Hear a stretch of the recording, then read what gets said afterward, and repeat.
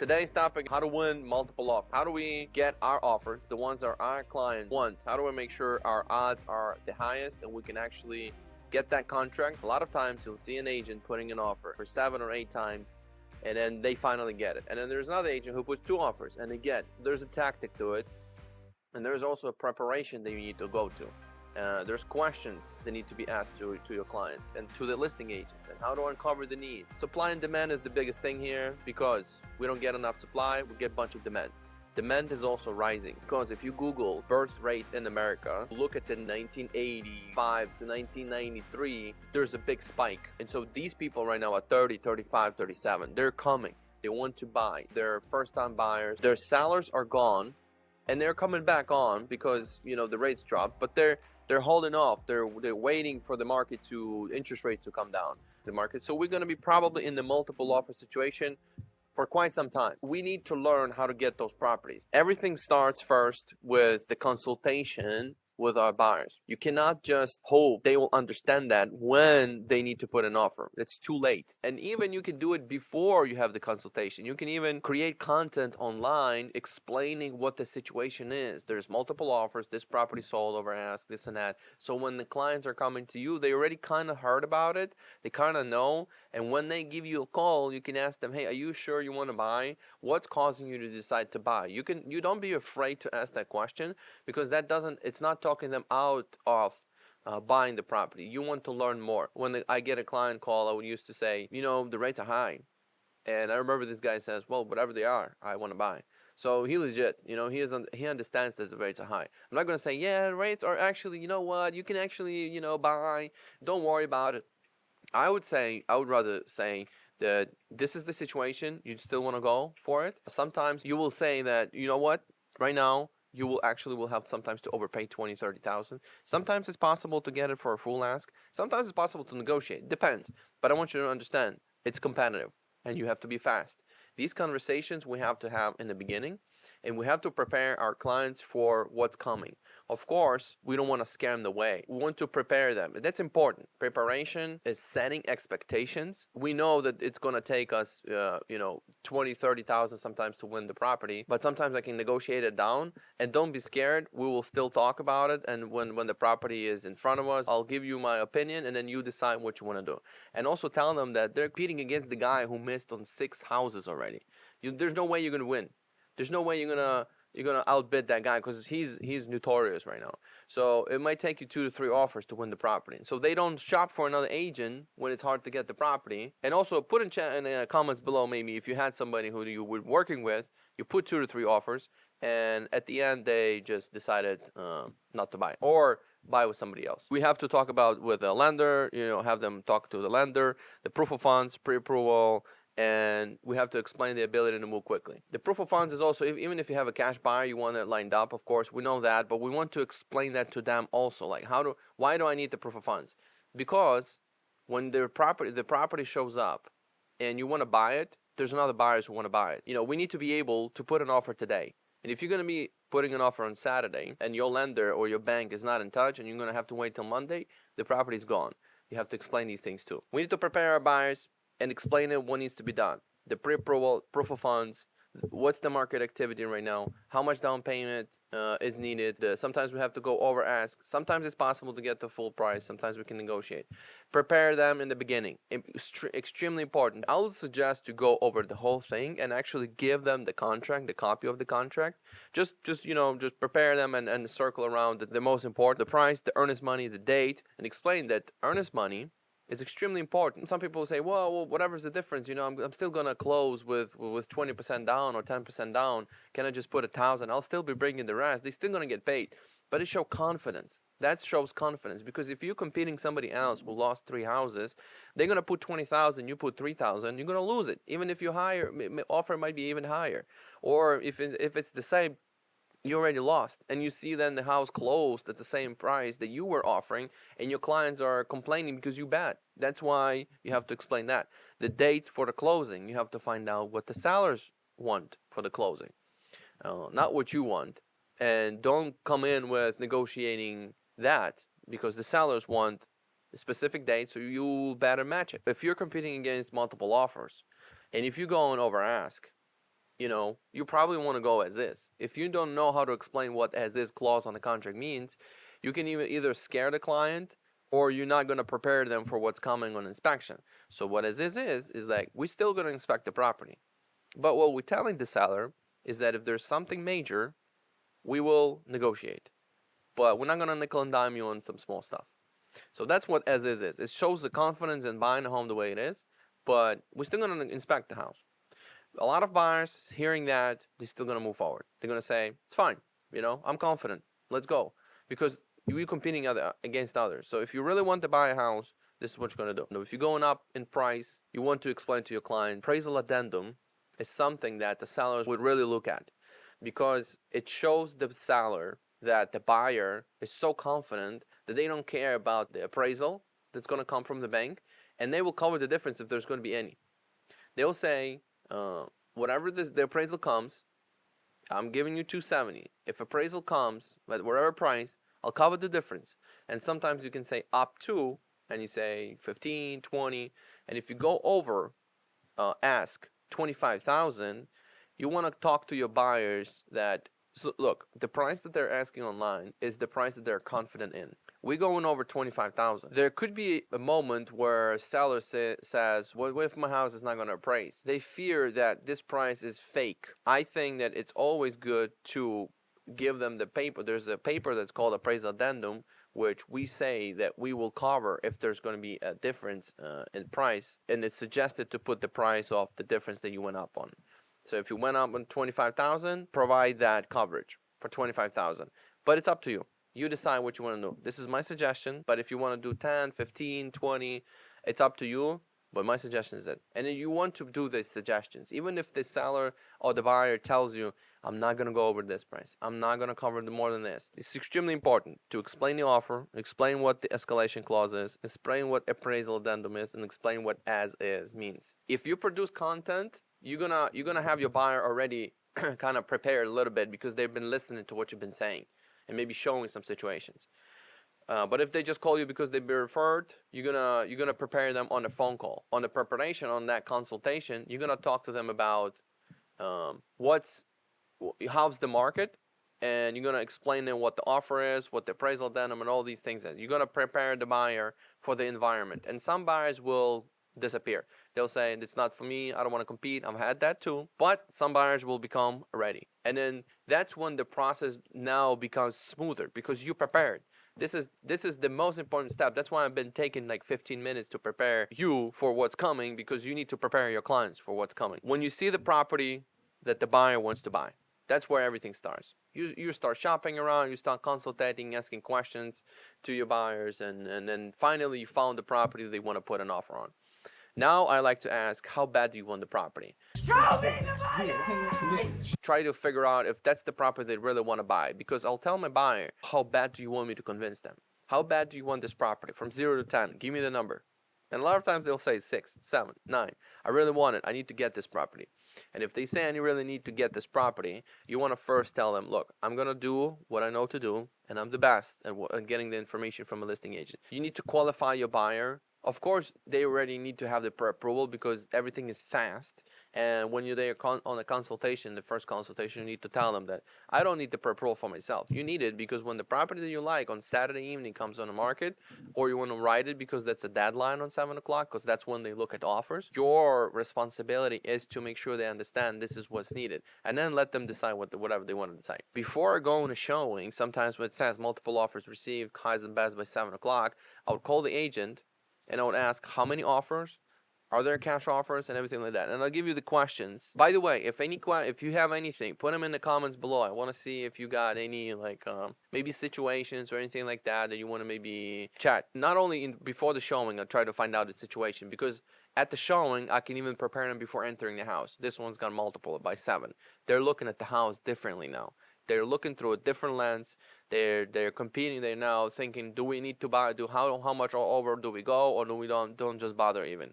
Because they're gonna think maybe we want to buy, maybe we don't want to buy. Let's look at the price. There's multiple. It's either over or we don't even play. Sometimes maybe you can buy for full price when there's multiple offers, but it's that's your job to find out as a buyer's agent. But I like to call the listing agent in front of my buyers, and my buyers to hear the whole conversation, because sometimes you say it's one thing, and hearing from the listing side, it's completely different. They're going to act differently when they hear that. What I like to do now is maybe go through some questions that I like to ask the listing agents to uncover the needs, so my buyers are equipped and know what to do. But first, I want to say that when you call the listing agent, be pleasant and feel like you're on their side. That's the trick in the negotiations. You're not going to be competing with them. You're not going to be trying to convince them. You're not going to be, it's not a battle. It's collaboration. It's cooperation. That's why there's a commission called co-op commission. You want to congratulate, hey, congratulations, it was a nice house you got. You listed such a beautiful home. Thanks for letting me in. My buyers love it. Now they feel good, Oh, thanks. It's a good listing that I'm also happy about this listing. Even if your buyers aren't that confident and like 6 out of 10, I'm going to buy the house, you're still gonna, say it's a great listing. My buyer is interested in putting an offer. How many offers you got? That's the first question you want to say. Or you can say, do you have any offers? Well, it says multiple on the listing, then of course, then you can say how many. Sometimes they might say, I can't disclose, or they say, yeah, a little bit over 2. Sometimes they say, I got 10 plus, or they say, I got 1. We just recently had a situation where one of our agents just called and said, yeah, we got 1, we're negotiating it. And the agent says, what if we go full ask? And the listing agent says, we'll be happy with that. All you need to know. Pretty much you're done there. You don't have to submit an offer and then hope what's happening. Because before you submit an offer, you need to talk to a listing agent. If the listing agent is not picking up the phone, you then text. If they don't reply to the text, then you then email. You have to get the information from the listing agents before you write an offer. Because whatever you're going to advise your clients to write an offer on, they're going to write, and then you're going to finally submit it. And then plus, if you're not getting any feedback for the offer, then you're really not servicing your buyer. So first you need to call the agent. How much time do I have to submit my offer? Today is whatever time it is, and maybe they're making a decision in an hour. You need to have the timeline. The other question I have, what is the most important for sellers? Price, what else? Fast closing, maybe long closing, maybe some furniture they don't want to move, and listen to it. See me. Something is going to come out of the listing agent's mouth. Sometimes they're not going to say anything, and that's fine. Whatever. You're doing your best because that's what needs to be done. You try to do your best. When the listing agent says we're going to be making decision tomorrow at 5, you don't just say okay, I'll submit an offer and I will wait. You go one step further. Is there anything we can do to take it off the market and get it accepted today? You have to try that line, because sometimes there is, and there's real cases in our office where we had those situations happening where we say, is it possible to do anything and take the property off the market? In the multiple offers, there's this situation where sometimes you're trying to put an offer, you're coming in with, let's say, 200,000, but if you accept today, we'll do 205. But if not today, we'll stay at 200. I've pulled it off twice. I was able to get it accepted today on a multiple crazy situation on a house. I was able to submit an offer and say, if you take it today, we will increase. But if you can't take it today, we'll stay where we are. You don't go, it's 205, but then if you don't take it today, it's 200. You don't go down. You go only up for speed. And also, give me some love over here in the chat. Give me some thumbs up or whatever. Or give me some thumbs down if you don't like, because I don't know if you like it or not. I see like 22 people are watching, but I don't know. Maybe you're saying like, "Hey, crazy! Oh, they're talking some crap over here." You like this idea that I said? You can try to pull it off too. Hey, today is 300, and if you get it, if you can accept it today, if your sellers can accept it today, we'll up at $5,000 just for the speed. This is a bonus for speed. But if not, we'll confident at 300. We'll stay. Try that. See if it works. If they say decision is tomorrow at 3 p.m., tell them, is there anything we can do it to wrap it up today? Tell me what, my buyers will go for it. I'm going to make them an offer he can't refuse. But your buyers have to be confident. Then that's when I say you go first to the buyer and qualify the buyer. And when the buyer is 100% ready, because you're going to have to tell the buyer, look, I'm going to go out and I'm going to get all the info from the listing agent. I'm going to do my best and I'm going to get it for you. But tell me, how bad do you want it? So I'll go fight as much as you want the house. And they say, I want 100%. If there's no way, I'm going to kill you if you don't get the house. That's what you tell the listing agent. Look, we lost 6 houses. Please, they're going to kill me. Do it for me. What do you want? What do you want? It's not that simple. What do you want? I'll make sure everything's done on time, everything's perfect, and we're actually going to go through fears of listing agents, concerns of listing agents, and sellers' concerns. Those are also extremely important when you're talking to the listing agent. You need to understand what their fears are, because if you never, for example, if you never listed a house, you don't know what they're going through, but there's a bunch of stuff that they have, and if you're not addressing it, it's a mismatch. You don't talk the same language, you know? And the questions to the listing agent, we need to find out if there's a cash offer, because if there's cash offer, it's hard to compete with cash. You will still have to be much higher than that. So it's kind of, and you also want to say, is the seller leaning towards cash more? Does the seller wants cash more? Would the seller take cash or 10,000 over if it's financing? You can try these things, you know? And one of my best lines is just throwing a number and listening to what they say. What do you think about 255? Oh, I think it's good. Any contingencies? Or you say, how much down? Are they asking any credits? You have to go as is. Oh, that's a good one. I'll hear that.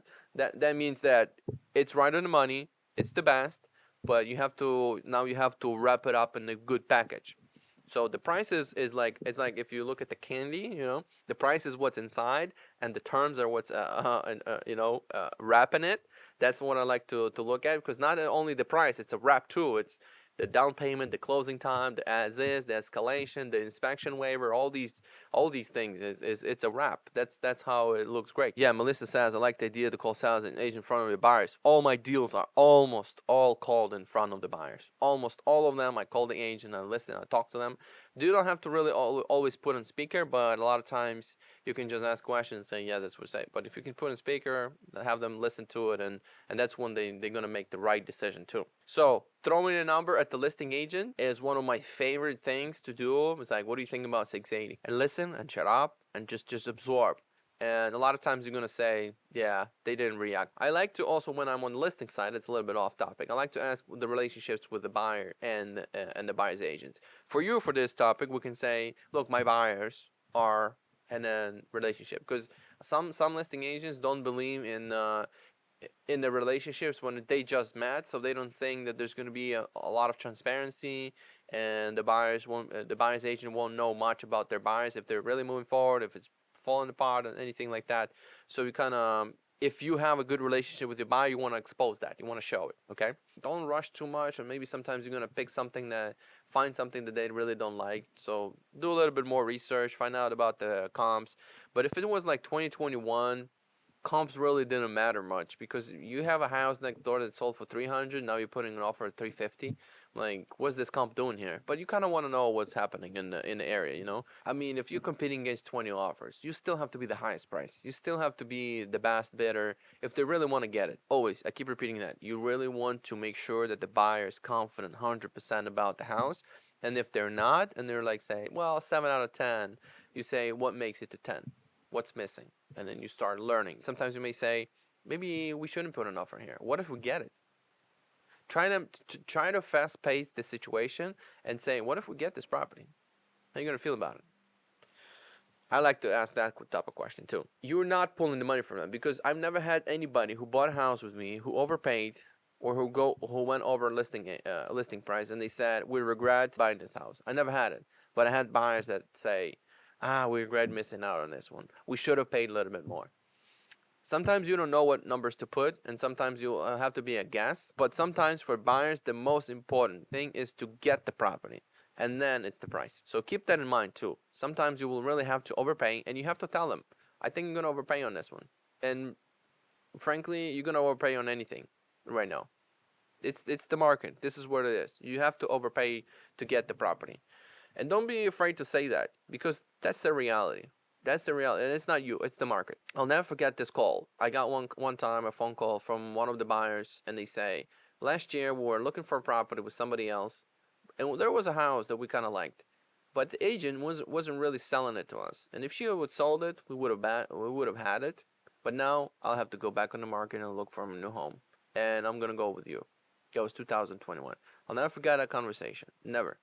She said she was complaining about her agent, that the agent wasn't convincing her to get the property, probably saying that you should be offering less. than whatever maybe the buyer wanted to offer more, and then that was the complaint about from the buyer. You know, the agents probably wanted to help her get a property for cheaper. The buyer just complained that the agent wasn't good, you know. So make sure that you provide everything that the buyer needs to know, and then the buyer makes a decision. After offer is submitted, you have to make a call to the listing agent, or email, or text message, or call. How's our offer looking? That's the first question you need to ask. How is offer looking? How do we stand out? Are we standing out, or we're somewhere in the mix? Because if you say we're somewhere in the mix, you give them big door to walk through, and they don't feel scared to walk through that door because there's a lot of room there. And if they say, yeah, you're in the mix, that feels good for them to say that because they didn't disclose anything they shouldn't have disclosed. Some listing agents will be concerned with it disclosing too much. So you can say, do we look like in the mix, or are we standing out? And don't also relax when they say, yeah, you're the best. If they do say that, don't relax. Don't say, okay, I got it. I got this one. You call the buyer, hey, we got it. But you didn't get it yet. It's not accepted. The decision's not made, but the agent wanted you to relax a little bit, and wait, and don't bother her too much. What else can we do to make it more appealing? My clients are extremely interested in this house. Well, she or he is going to say something. Or they say, well, you know, it's the price. It's always the price. How are we looking? In the mix, or are we standing out? Well, I can't disclose that. You know, it's the seller is looking, blah, blah, blah. We're going to make a decision. Anything we can do to speed up the decision? Can we make it happen today? What if we go up 5 more thousand? Do you think that would help to make a decision and close the property today and sign it by the evening? You try to play, you know, you try to create some scenarios and see what works. And then when the agent is not really talking to you much, when the deadlines approaches and it's 5 p.m. and they're making decision at 6, and you're trying to reach out to listing agent because that's what you should be doing. You're trying to reach out to them before the decision deadline, and the listing agent is not talking to you. What I would usually do, I'll call back my buyer and say, by the way she's talking to me, the way the listing agent is talking to me, I have a feeling she's talking to somebody else much better. I feel like our offer is not good.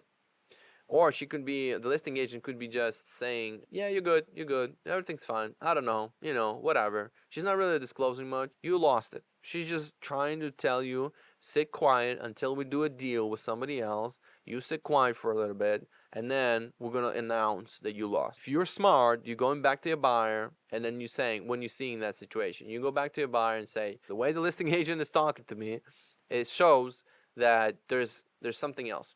There's something better. They're talking to somebody else much better than me. And my suggestion is to increase the price a little bit. By how much? I have no idea. I don't know. You have to feel comfortable. Maybe it's 5, maybe it's another 10.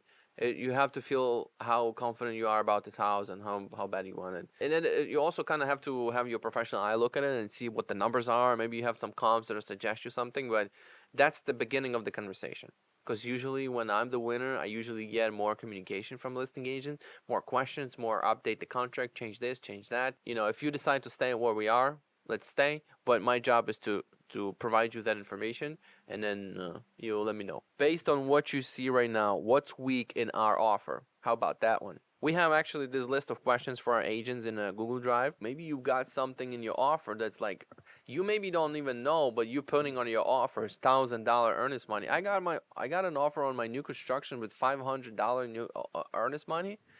That's like, what are you talking about? And the listing agent says, why do you need more? She asked me that question. I'm like, are you kidding me? Well, I don't have multiple offers. I have multiple houses and one offer on that. On that, I know they understand that they're not competing as much, but we keep selling them. So if they keep sitting on it, they're gonna miss out on the whole street. They're not gonna be able to buy any of those. Seems like there's something else we can do. Tell me, and we'll get it done. My clients are here to make a smooth deal. You want to also squeeze that in, because one of the main concerns of listing agents, we're gonna go through that, is I don't want the deal fall apart. You know. Oh, you want to also, when you're submitting an offer, the very good thing is to CC the lender, and then have the lender reach out to them, to the listing agent, and also let the listing agent that the lender will reach out to you. When you're submitting an offer and your buyer is 3% down, if you put that 3% down on the offer and you're competing, I don't know if you're going to get any offers accepted, unless you're going to be submitting on something that nobody wants.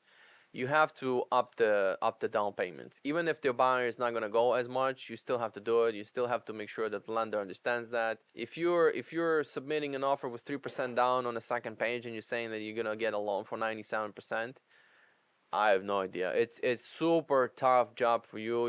I don't know what you're gonna get. I like to ask my buyers, what price would you offer so you will not regret that you lost? Even sometimes when the buyer says, I won't go higher than 320, you say, okay, completely got it. You submit 320, you get communication, you get no communication from listing agent is not responding.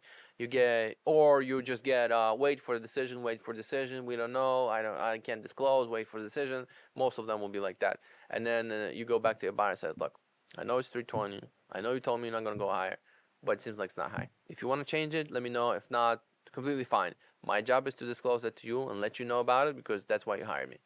And boom, they say, okay, let's do 333. Oh, another tip. Don't go even numbers. That's another one. Don't go even numbers. If you go 320, go 321. Go 322. Don't go 300. Go 302. Okay? Best tip, you're going to get a bunch of money just knowing that one.